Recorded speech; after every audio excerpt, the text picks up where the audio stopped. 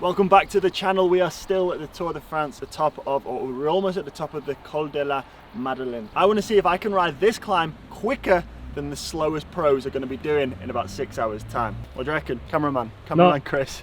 Not a chance. Much to Pritchard's sadness, I set off on my conquest. Since we were parked 2 kilometers on the descent of the other side of the Col de la Madeleine, I had to climb back to the top, then descend the 20 or so kilometers before I could start my effort. But the idea is simple, and I wanted to answer the question, just how fast do the pros go? And I'm not talking about Tadej Pogačar, Jonas Vingegaard, Oscar Onley, go up the mountains. We all know that's fast. But just how quick do the slowest riders go up these climbs? The sprinters and the non-climbers. I'll give you a hint, still pretty fast.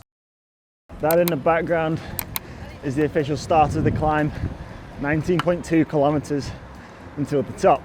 The current KOM is held by Romain Bardet in around 59 minutes. I don't think we're going to be challenging that today. Our plan is to beat the slowest rider up here. No doubt it'll be one of the sprinters just trying to make it through the stage. But I think what's going to make this effort exceptionally hard is it's not the final climb. So the sprinters don't know what the time limit is, and they're going to be going pretty much full gas at this climb. Just trying to pace myself. I know that it's going to be well over an hour of this effort. We're also going up to altitude at 2,000 meters, which no doubt is going to have an impact. It's the first kilometer down. It's currently 28 degrees.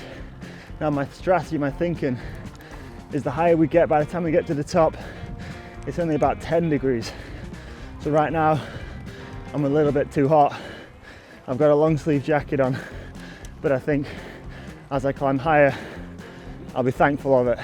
So the Col de la Madeleine from the south side is 19.2 kilometers in length. The mountain was first featured in the Tour de France in 1969 and has been used a total of 25 times since. It's often considered as one of the toughest passes in the Alps. The current record is held by Jan Ullrich and Marco Pantani in the 1998 Tour de France, and they set a time of 52 minutes and 40 seconds. Probably not a time I'm going to be rivaling today.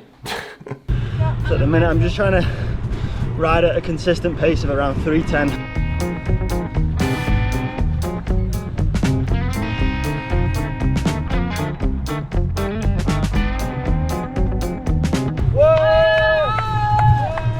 We are 7k into the climb. We're just going through a series of hairpins now. Feeling alright. So far we're at 315 watts average. Pretty much bang on where I wanted to be. At this point I'm just looking forward to cooling down a little bit. Still pretty hot.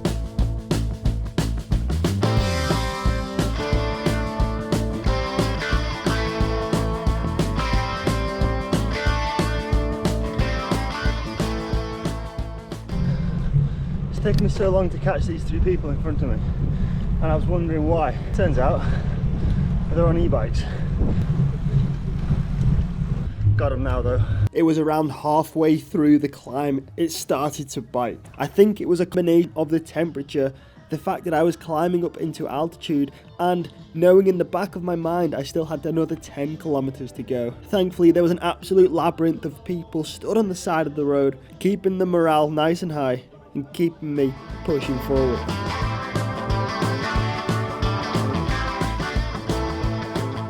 The one flat section of this climb, so I'm going to try and get the speed up, use gravity to my advantage, and 400 meters later the road goes up again. Last 5k we're just riding through the ski resort of Longchamp, which is the last town before the summit of the Col de la Madeleine. There's people everywhere on this climb.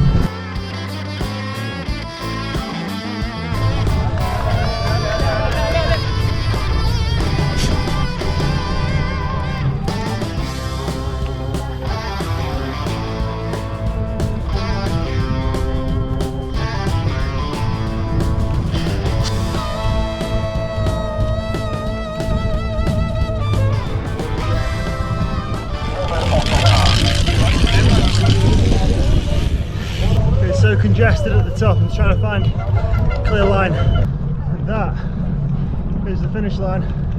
I'm gonna hit the lap button. Boom. Massimo pensavo che fosse con te davanti.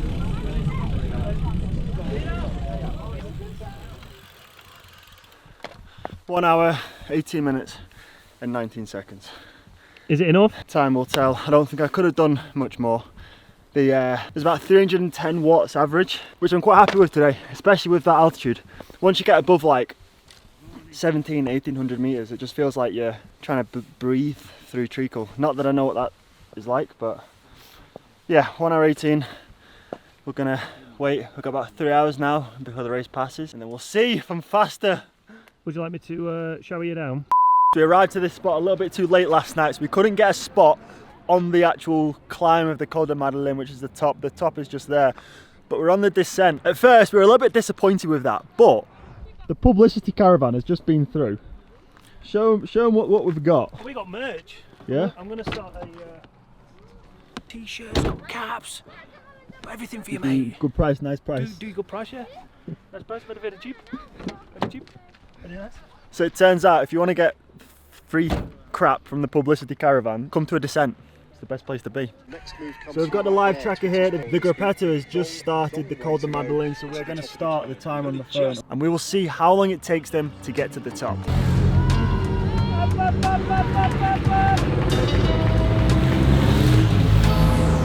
So we had a few issues with the old iPhone stopwatch, so we didn't get the time of the ride, of the climb at the time. But it's a few hours after this stage, everyone's uploaded the rides onto Strava, and it turns out I'm faster than no one.